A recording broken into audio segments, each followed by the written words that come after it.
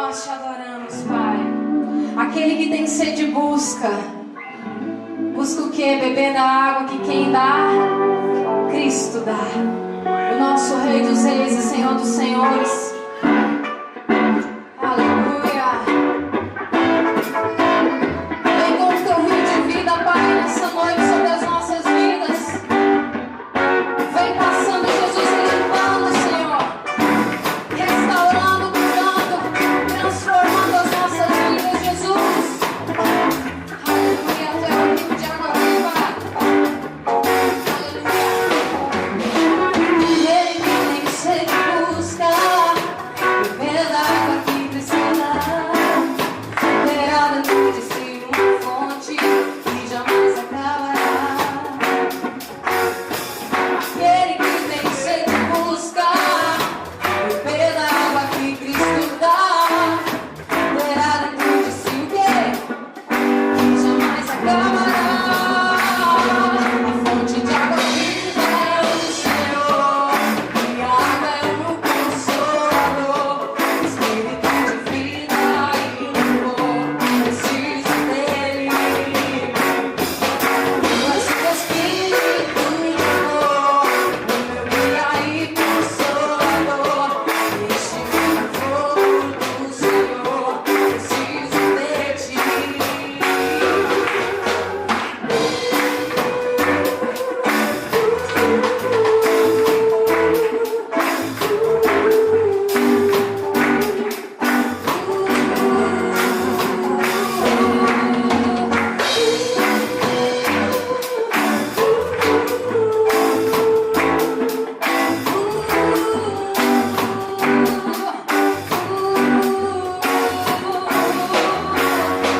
Aquele que tem sede busca, beber a água que Cristo dá. Terá dentro de si uma fonte que jamais acabará. Aquele que tem sede busca, beber da água que Cristo dá. Terá dentro de si o quê? Que jamais acabará. A fonte de água viva é o Senhor, em água é um Consolador, Espírito de vida e louvor. Preciso dele. Tu és o Espírito e amor, o meu guia e Consolador.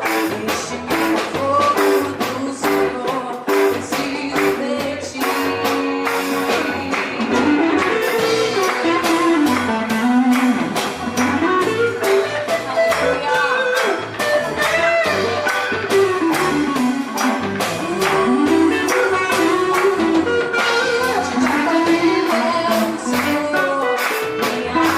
no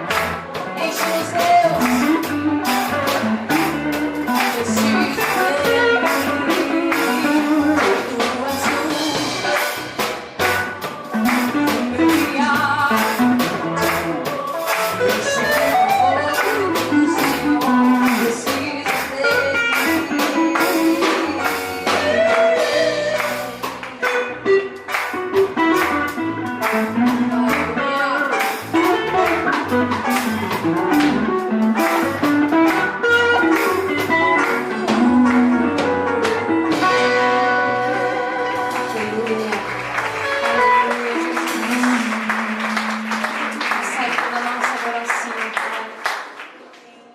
Deus, que nesse momento, Pai, a gente possa focar nossa mente somente em Ti, Senhor. E nós, nessa noite, queremos nos esvaziar, Pai, de nós mesmos, da nossa religiosidade, Pai, do nosso tradicionalismo, Deus. Pai, nós queremos nos esvaziar, Pai, dos nossos títulos, nos esvaziar, Pai, de tudo aquilo que nos afasta de Ti, Senhor. E nessa noite nós declaramos, Jesus, que o Senhor é dono das nossas vidas e que é o Senhor que tem que estar no centro das nossas vidas. Porque quando o Senhor está no centro, Pai, das nossas vidas, da nossa história, de tudo que é nosso ou não, nós no lugar mais certo, porque nós podemos confiar em Ti, rocha nossa e redentor nosso. A quem temeremos se nós temos o Senhor? Nós queremos nos esvaziar de nós mesmos, Pai, das nossas dores, Pai, das nossas desilusões, do nosso passado que nos prende, Senhor. Senhor, nós queremos nos esvaziar nessa noite de todas essas coisas, Pai, que nos arrastam para longe da Tua presença. Porque para onde nós iremos, Jesus, se só Tu tens as palavras de vida eterna? Onde nós nos esconderemos, Deus? Porque Tu é o nosso ar, Pai, Tu é a nossa vida. A Tua presença que nos atrai, Jesus. Amado, que você comece a orar nesse momento. Abra sua boca e comece a se esvaziar de tudo aquilo que é ruim, tudo aquilo que é tóxico, tudo aquilo que faz mal. É para isso que eu e você viemos até aqui nessa noite. Deus, Ele quer encher a minha e a sua vida, mas Ele não tem como derramar do seu vinho em odres velhos, em odres remendados. Deus, Ele não tem como derramar do seu Espírito se nós estamos cheios daquilo que é ruim. Deus quer derramar do seu Espírito, do seu vinho novo sobre a mim e sobre a sua vida. Mas deixa Ele agir, deixa Ele curar, deixa Ele transformar, deixa Ele restaurar.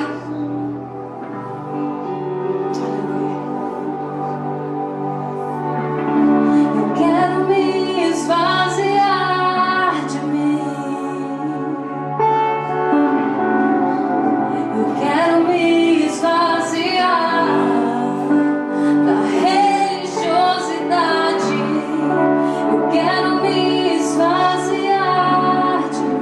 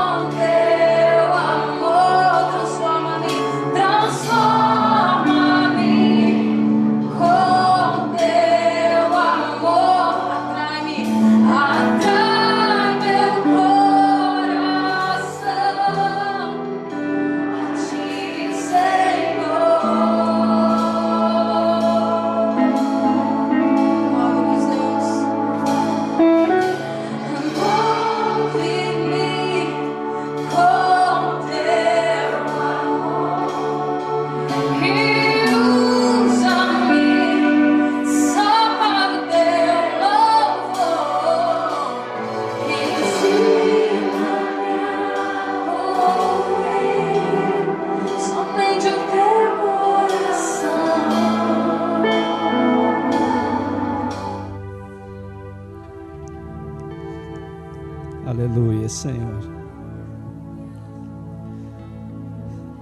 nós nos esvaziamos, Senhor.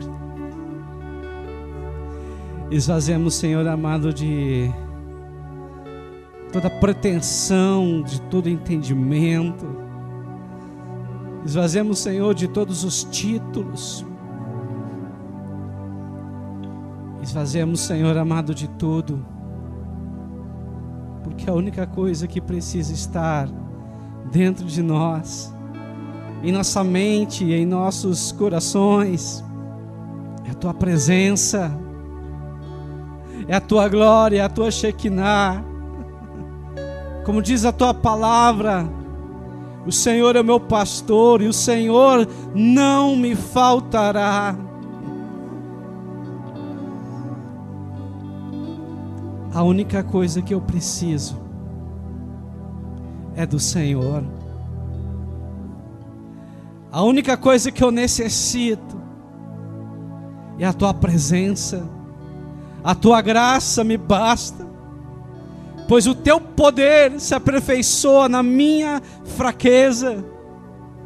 Como diz a Tua palavra, na fraqueza que eu sou forte. Ah, Senhor, a minha força não reside em mim, reside em Ti. Nesse momento, Senhor, eu me esvazio. Nesse momento, Senhor, eu entrego a Ti os meus pensamentos. Nesse momento, Senhor, eu entrego a Ti todas as minhas preocupações, todas as minhas ansiedades. Eu entrego tudo a Ti, Senhor. Tudo eu entrego a Ti. Eu quero, assim como uma criança, me jogar nos Teus braços. Eu quero, assim como uma criança, descansar no Teu peito. Eu quero, assim como uma criança, sentar no Teu colo. Só isso, Senhor. Isso basta para mim. Muito obrigado. Muito obrigado, em nome de Jesus. Amém? Você consegue descansar em Deus? Não tem lugar melhor, queridos, que a gente descansar no Senhor. A nossa vida às vezes é tão atribulada, tantas perseguições, problemas que nós temos que resolver, conflitos externos e internos, medos, culpa, tantas coisas nós temos que lutar. Às vezes a gente olha para nós mesmos e a gente pensa: eu não vou conseguir, eu não tenho força. E realmente, se a gente olhar somente para dentro de nós, nós não conseguimos. Nós não temos força para vencer. Sozinhos não podemos. Às vezes nós olhamos para as pessoas aos nossos lados e parece que elas não se importam. Parece que elas não conseguem nos ajudar. Aí não adianta o dinheiro, não adianta a amizade, não adianta a cultura, o diploma, a inteligência, a força do braço. Nada disso tem valor. Tem momentos da nossa vida que nós clamamos ao Senhor e a gente diz: Senhor, eu preciso de Ti. Se o Senhor não agir, eu não sei o que vai acontecer. Se o Senhor não agir, não houver um milagre, uma ação sobrenatural, eu estou perdido. Graças a Deus que nós podemos olhar para o alto e clamar ao Senhor. E a palavra de Deus diz que as suas mãos não estão encolhidas que não possa abençoar, e nem seus ouvidos estão tapados que não possa ouvir a tua oração. Nosso Deus, Ele ouve a tua oração, e as mãos estão sempre estendidas, prontas para te ajudar. Esse é o nosso Deus. Amém? Glória a Deus. Vamos ler a palavra de Deus, queridos, em Hebreus, capítulo 12, versículo 1 e 2. Hebreus, capítulo 12, versículo 1 e 2. Que palavra linda essa palavra. Uma palavra que nos enche de esperança.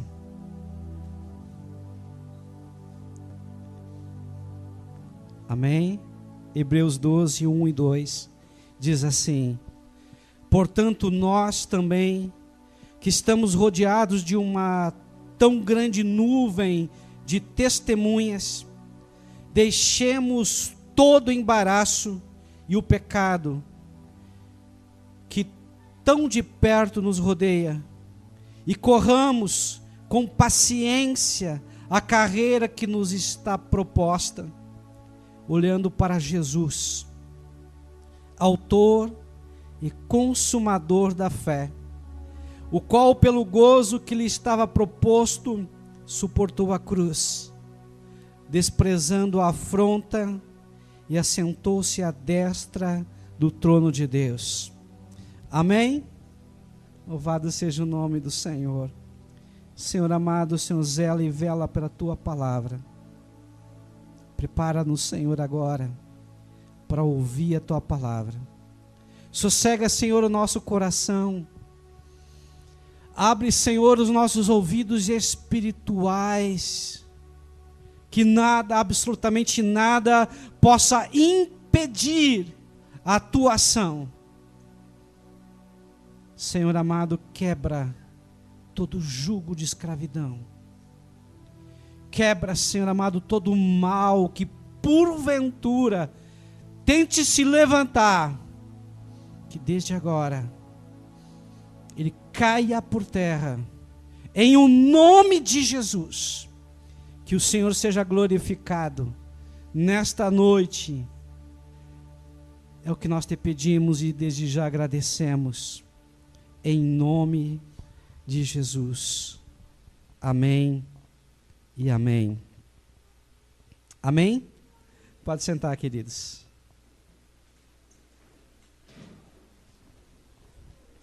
A vida tem um propósito. Esse é o tema desta noite. Sabe, queridos, que se a vida, a nossa estada nessa terra, não houvesse um propósito, seria algo muito engraçado. Para que vivermos 40, 50, 60, 70, 80 anos, 100 anos, se não houver um propósito nessa vida? Por que estamos nessa terra? O que Deus espera de mim e de você? Então, na verdade, é isso. O tema de hoje é uma reflexão. O que você está fazendo aí sentado nessa cadeira? Qual é o plano que Deus tem para a tua vida? O que Deus espera de você? Sabe que essa carta aos Hebreus é uma carta bem interessante. Primeiramente, que nós não sabemos o autor. Mas esse autor, ele provavelmente, se fosse hoje, ele seria daqueles que sempre ligaria a televisão, um jornal, e estaria ligado, de repente, nas Olimpíadas. Ele teria visto aqueles atletas que são fortes, são rápidos e que lograram um êxito, vitória, medalha de ouro. Esse autor, provavelmente, ele estava imbuído de conhecer vários tipos de esportes e saber que as pessoas corriam, e no caso, lá num estádio, para lograr uma vitória, uma coroa, mas não uma coroa como nós estamos acostumados, uma coroa de louros, que depois passava um tempo ela acabava se decompondo. Então havia também um aspecto de cidadania, porque eram várias nações competindo, e cada nação tinha um atleta, e um atleta queria que o país, a nação, o reino que ele estava representando fosse campeão. Então aqui nós temos 3 recursos divinos nesse olhar. Primeiramente é um olhar para trás, é um olhar para Hebreus capítulo 11, a galeria, os heróis da fé, onde nós temos Abel, nós temos Abraão, nós temos Isaac, nós temos Jacó, nós temos Moisés, nós temos Josué, nós temos vários e vários heróis que representaram o bem, o reino de Deus. Então aqui, olhamos para trás, vimos pessoas as quais nós podemos olhar e são exemplos para nós. Mas também tem um olhar para dentro, porque todos nós somos esses atletas. Todos nós estamos nessa corrida. E às vezes corremos bem, às vezes mal. Às vezes caímos. Às vezes se levantamos. Às vezes nós não temos força para nos levantar e precisamos de ajuda de alguém. E também olhar para o futuro. Olhar para Cristo. Aqui começa com a palavra portanto. Ou seja, ele está finalizando todo um conjunto, toda uma ideia sobre os heróis da fé. Então a fé, na verdade, é aquilo que era básico, aquilo que era principal. E ele está agora dizendo, ora, portanto, ou seja, concluindo então. E ele coloca na terceira pessoa do plural, é nós. Ou seja, esse autor, ele não olha somente para o passado, imaginando que aquelas pessoas foram heróis. Essa galeria do capítulo 11 de Hebreus, no livro que está nos céus, estão continuando a representação de vários e vários heróis. Pastor, eu compreendo, mas será que eu posso também estar nessa galeria? Pode e deve estar nessa galeria. Muitas pessoas conseguiram entrar para essa galeria de heróis. Você é uma delas que pode e deve estar. Apenas você tem que querer e desejar e fazer a tua parte para você também estar nessa galeria. Então são essas testemunhas. Muitas vezes eu mesmo já preguei que nós estamos rodeados de muitas testemunhas e pensava que essas testemunhas são as pessoas que estavam ao nosso lado. Elas não deixam de ser testemunhas. Elas estão nos observando, vendo como nós vamos nos portar. Infelizmente, muitas pessoas já falaram para mim e dizem que não querem vir para a igreja de Cristo. Até amam a Cristo, acho bonito a palavra de Cristo, mas infelizmente elas estão decepcionadas com muitos cristãos que vão na igreja, dizem ser cristãos, mas o comportamento é completamente inesperado. O comportamento é um comportamento que confronta, é um comportamento avesso a tudo aquilo que Cristo ensinou. Muitas pessoas, infelizmente, dizem, eu não quero ser cristão. Se é para ser cristão como fulano, ciclano, beltrano, eu não quero ser. Mas não é essas testemunhas que nós estamos falando. Testemunha do grego é mártir, ou seja, aquele que vive por Cristo, aquele que pode morrer por Cristo. Queridos, morrer por Cristo não é tão difícil.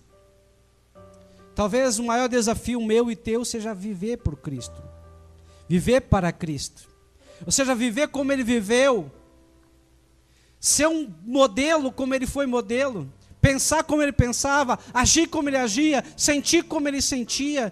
Isso sim é um grande desafio. Para isso há algumas condições para que nós possamos ser uma boa testemunha. Nós estamos acostumados com o tribunal, e o tribunal tem testemunhas. E para o tribunal, essas testemunhas primeiramente têm que falar a verdade. Você fala a verdade, você vive a verdade. Tem que ser uma pessoa que tenha poder para elucidar fatos, ou seja, trazer fatos que vão contribuir, colaborar com aquele processo. Tem que ser honesto. Você é honesto? É íntegro? Aqui a palavra diz deixamos, ou seja, tem que colocar de lado, lançar fora, colocar à parte, jogar para longe.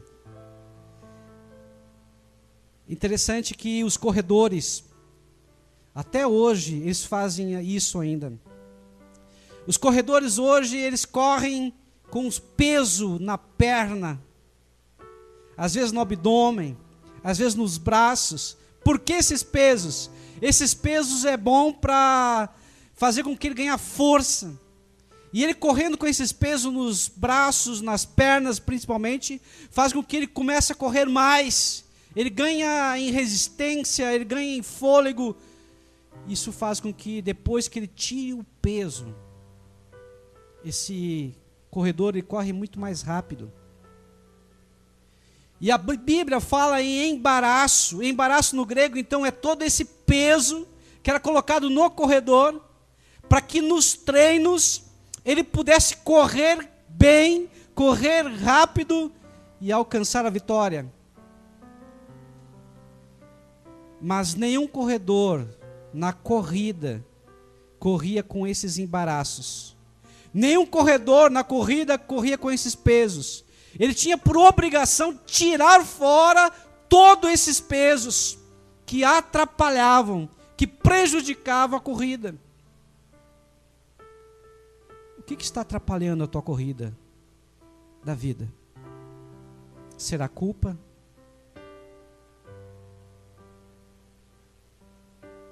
Será o medo? Será a ira? Será a rejeição? Será traumas, fracassos do passado? Não sei, mas às vezes tem pessoas que nós olhamos para elas e a gente nota que elas têm um potencial de ir muito mais além. A gente sente, a gente sabe que essas pessoas poderiam estar muito à frente. Infelizmente não estão. Tem coisas, tem situações, tem pesos, tem embaraços na vida dela que atrapalham, que impedem dela ir para frente.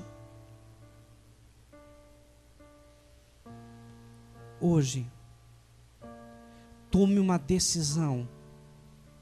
Diga para você mesmo, basta. Diga para você mesmo, acabou. Diga para você mesmo, aqui é o fim. Eu não permito mais na minha vida esses embaraços, esses pesos. Até aqui eu corri com eles. Eu era doido. Eu era louco. Agora não. Recobrei o juízo. Isso não me pertence mais. Eu tenho que deixar para de lado. Eu tenho que abandonar esses pesos. Eu tenho que abandonar o pecado. Pecado é tudo aquilo que me afasta de Deus. Pecado é tudo que é desobediência à lei de Deus. Pecado é tudo aquilo que entristece a Deus. Eu quero abandonar o pecado também. Mas o principal pecado é o pecado da incredulidade. Por que o principal pecado é o pecado da incredulidade? Ou seja, não crer, é não acreditar. Eu leio que eu tudo posso naquele que me fortalece, por exemplo. E eu estou passando por uma situação difícil, complicada. E eu falo para mim mesmo, eu não vou poder, eu não posso. Como é que eu não posso se a Bíblia diz que eu posso? Vem pensamentos que eu estou abandonado, que Deus me abandonou, e Deus diz, não temas, nem te assombres, porque eu sou o teu Deus, eu te tomo pela tua mão direita, nunca te abandonarei. Se a palavra de Deus diz isso, por que eu me sinto abandonado? Por que eu tenho medo? Se a palavra de Deus diz que o verdadeiro amor lança fora todo medo. Fé é trazer à realidade aquilo que ainda não é real. Fé é fazer que o impossível se torne possível.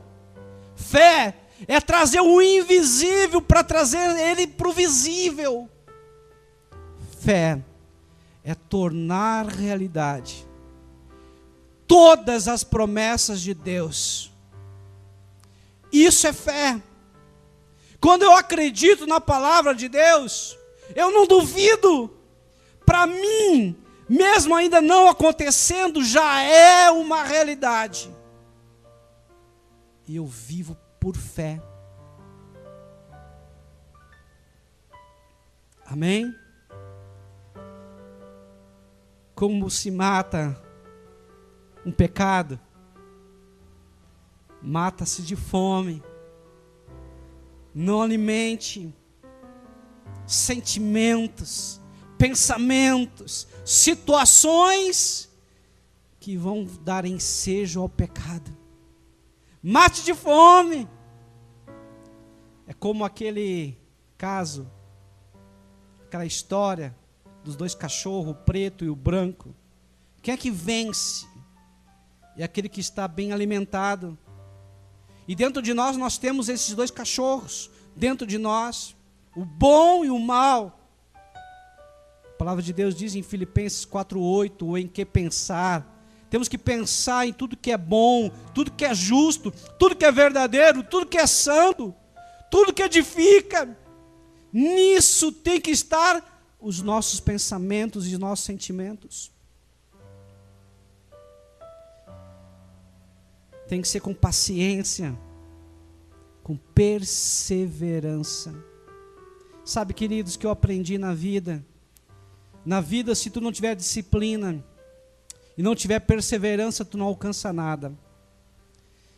Tem momentos da vida que dá vontade de chutar o balde, sim. Tem momentos da vida que a gente se sente impotente, sim. Tem momentos na vida que a gente olha e diz, não é para mim. Mas aí que entra a fé. E a fé é o que nos diferencia de um homem natural. A fé é o que nos diferencia de um homem carnal. A fé viva e eficaz nos torna homens espirituais. Vencedores. É pela fé. E a fé nos leva a correr essa corrida. Não é uma corrida rápida, é uma maratona. É uma corrida desgastante, é uma corrida séria. É uma corrida que precisa e exige esforço todos os dias da nossa vida.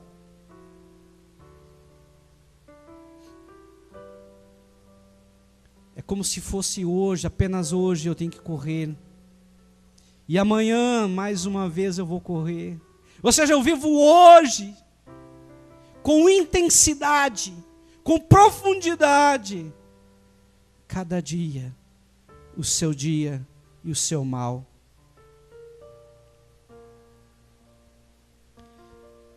Olha só o que diz 2 Timóteo 4, 7 a 8. Combati o bom combate, acabei a carreira, guardei a fé, desde agora a coroa da justiça me está guardada, a qual o Senhor, justo juiz, me dará naquele dia, e não somente a mim, mas também a todos os que amarem a sua vinda. Eu já disse aqui uma vez, o dia que eu partir, se o Senhor não vier antes, e eu espero que o Senhor venha antes, eu quero que coloque na lápide do meu túmulo essa palavra, pelo menos os 7. Combati o bom combate, completei a carreira, guardei a fé. Queridos, o problema não é iniciar bem. Muitos de nós começamos mal. O desafio é tu terminar bem. É o fim que interessa. Às vezes o início, às vezes o meio, a gente se embola, a gente se complica, mas o principal é o fim. Assim como aquele ladrão na cruz estava para morrer, ele disse para Jesus: lembra-te de mim quando entrares no teu reino, quando entrares no paraíso. O que Jesus disse para ele? Hoje mesmo estarás comigo no paraíso. Queridos, nós não podemos nadar e morrer na praia. Quantas pessoas começam bem, se convertem, têm fé, se batizam nas águas, começam a trabalhar, começam a produzir frutos, mas por alguma decepção na vida, se entregam, abandonam a Deus. Nós não podemos ser essas pessoas. Podemos até falar: Senhor, está complicado, Senhor, está difícil. Senhor, eu estou até decepcionado contigo. Isso não é pecado quando você fala e põe para fora, porque Deus te conhece, Deus sabe o que você está sentindo, Deus conhece os teus sentimentos, Deus conhece os teus pensamentos. E a oração verdadeira é aquela que nós nos abrimos, transparentes, nus, perante o Senhor. Alguns aspectos dessa corrida. Primeiro aspecto: todo crente foi inscrito nessa corrida pelo próprio Deus. Você não pode fugir mais. Na tua frente, aqui em você, há um número. Essa corrida já começou. Mas pastor, eu estou parado. Então levanta-te e começa a correr. Segundo aspecto, a velocidade de cada corredor é determinada por Deus. Não fique parado, porque não existe crente parado. Ou tu está correndo, ou tu está retornando. Caído ou retornando. Terceiro aspecto, o objetivo da corrida é agradar a Deus e ganhar galardões. Eu estava sentado aqui um pouquinho antes de eu subir, e o Espírito Santo falou muito forte ao meu coração. Mais um aspecto ainda, mais um objetivo ainda. O objetivo é nós nos unirmos a Deus. Queridos, o próprio Jesus disse lá em João capítulo 17, que eles sejam um, assim como eu e o Pai somos um. É nós termos unidade com Deus, é nós estarmos ligados, colados com Deus. Sabe quando eu estou ligado com Deus, o que acontece? Os pensamentos dele são os meus pensamentos, os meus olhos são os olhos de Deus. Eu olho com ternura, eu olho com amor. Os meus olhos são luz e não trevas. Eu não olho com maldade, eu não olho com hipocrisia, eu olho com amor, eu olho como Deus vê, tudo muda. Porque se eu olhar com os olhos naturais, eu vou olhar com maldade, sensualidade, eu vou olhar com cobiça, porque é assim que olha os meus olhos naturais. Mas se eu olhar como Deus vê, vai ser tudo diferente. E por último, espera-se que todos os corredores ganhem. Deus espera que você chegue lá no final.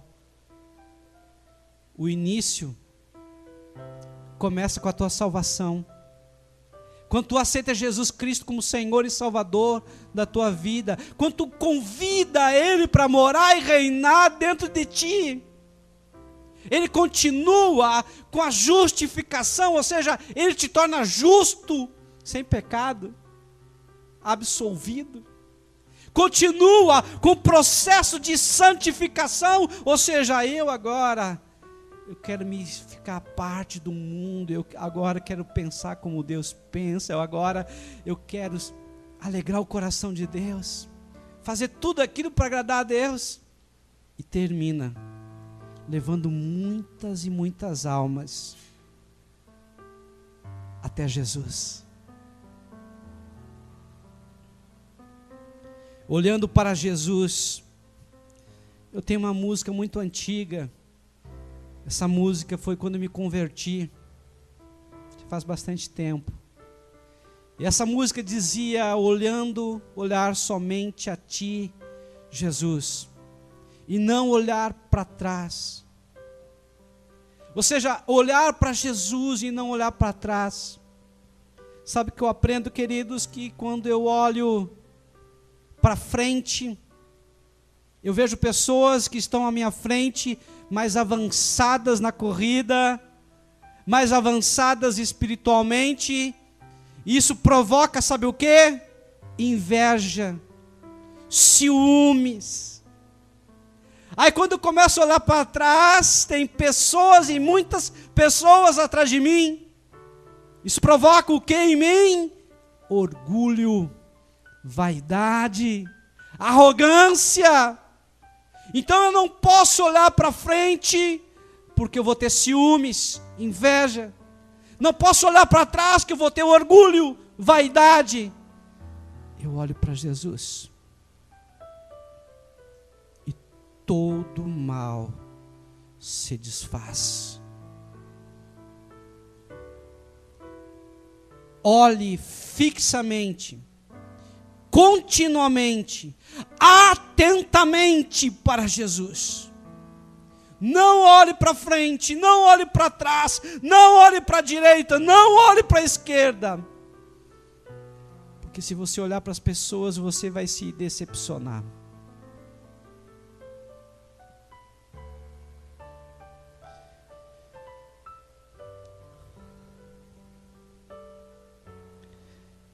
Se você olhar para você, você vai desanimar. Repito, se olhar para as pessoas que estão ao teu redor, você vai se decepcionar. Se olhar para si próprio, você vai desanimar. Então olhe para Jesus. Ele é autor e consumador da fé. Ele é o nosso aperfeiçoador, Ele é o nosso técnico. Como se fosse um personal trainer. Vai, mais. Não aguento, tu consegue. Tá difícil, não tá não.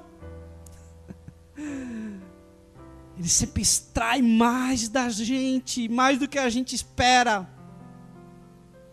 Tem um filme chamado Desafiando os Gigantes, e tem uma cena bem interessante, que o atleta, o rapaz, tinha que levar o outro nas suas costas.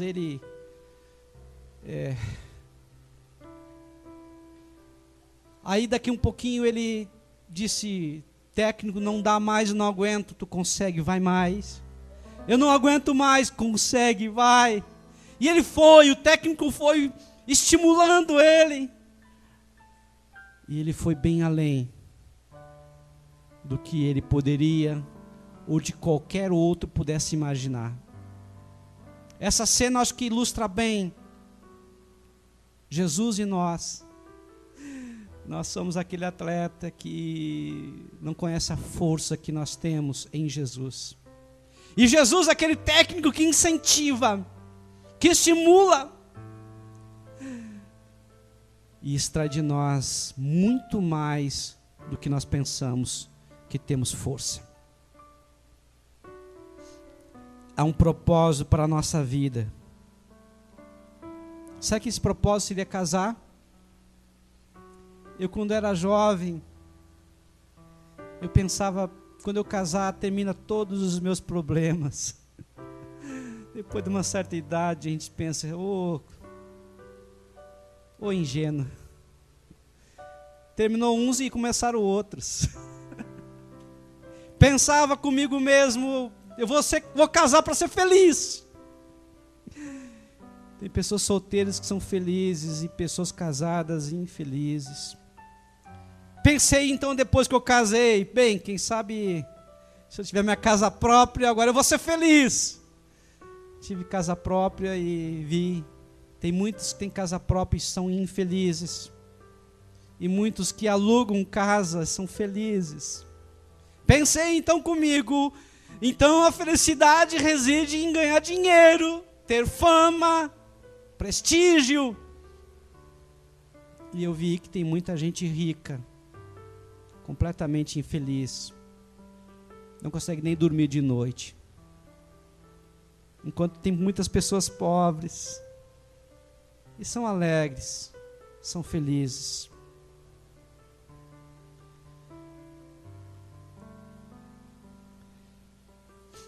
Há um conto, uma história bem interessante que diz assim: um rei, ele estava muito preocupado porque estava em guerra contra o reino e tinha muitas atribuições, e no palácio dele tinha um servo que limpava e varria o chão da onde ele pisava. E esse servo sempre assobiando, cantarolando, cantando, e sempre feliz. E o rei chegou para um sábio, um conselheiro, e disse: eu não entendo, esse senhor aqui, ele é um servo, ele ganha pouco, come mal, não tem onde morar praticamente, está sempre cantando, está sempre feliz. Como é que eu, sendo rei, não me sinto feliz? O sábio disse: quem sabe o senhor dê para ele 99 moedas de ouro. O quê? Dê 99 moedas de ouro. O rei aceitou e deu. No momento que o servo recebeu 99 moedas de ouro, ele pensou consigo mesmo: falta mais uma para completar 100 moedas de ouro. A partir daí ele começou a ficar preocupado. A partir daí ele dobrou o serviço. A partir daí ele perdeu a felicidade. Estão entendendo, queridos? Às vezes a nossa felicidade, ela depende de tão pouco, das pequenas coisas da vida, e nós sempre estamos atrás da uma moeda de ouro que está faltando. Nós nunca nos contentamos com o que Deus já nos deu.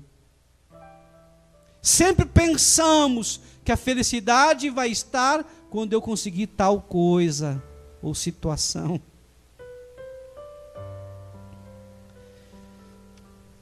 Nós precisamos vivenciar o propósito de Deus para nós em comunidade. Para isso que existe igreja, comunidade da fé. E a igreja, queridos, são feitas de pessoas. Pessoas têm problemas. Onde há pessoas, há os problemas. Mas pelo menos nós estamos orando, nós estamos buscando. Nós rimos com quem ri e choramos com quem chora.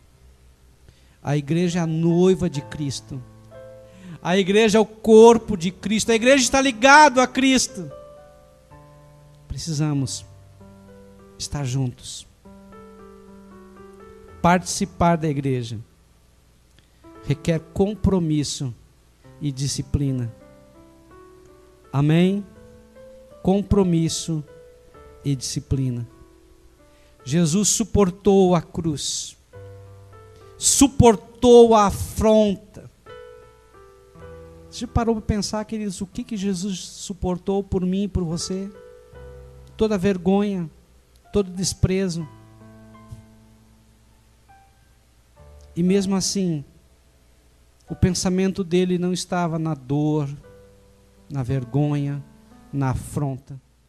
O pensamento dele estava no ser humano, estava em mim, estava em você.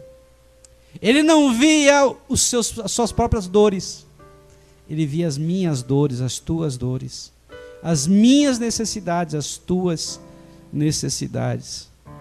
Ele sofreu por cada um de nós. Amém? Queridos, nós precisamos congregar. É isso que a Bíblia diz. É uma ordem de Deus para o seu povo. 1 Coríntios 2,9 diz: nem olhos viram, nem ouvidos ouviram o que Deus tem preparado para aqueles que amam. Amém? E a palavra de Deus diz que sem fé é impossível agradar a Deus. Porque aqueles que se aproximam de Deus têm que crer que Ele existe e que Ele é galardoador, recompensador. E a palavra de Deus diz em Romanos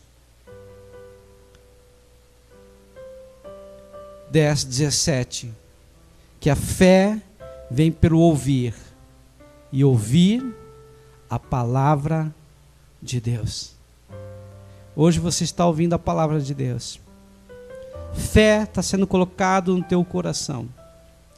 Hoje você compreendeu algumas realidades, que você tem que olhar para o passado e ver no passado muitas pessoas que foram heróis, que foram exemplos. Você tem que olhar para dentro de si próprio e ver que há embaraços, pesos que precisam ser retirados, que estão impedindo, que podem estar apagando a fé que Deus colocou dentro de você. Mas ao mesmo tempo você tem que olhar para cima, para Jesus, e fixar os olhos nele. Não olhar para frente, porque senão você vai ter inveja dos que estão na tua frente. Não olhar para trás, senão vai ter orgulho daqueles que você estava na frente dessas pessoas. Não olhar para as pessoas que estão ao teu redor, porque senão você vai ficar decepcionado.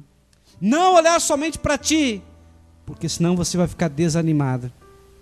Mas olhar fixamente para o autor e consumador da fé, Jesus Cristo de Nazaré. Amém? Esse é o homem, esse é o olhar, esse é o foco que nós temos que ter hoje e sempre. Olhe para Jesus todos os dias. Amém?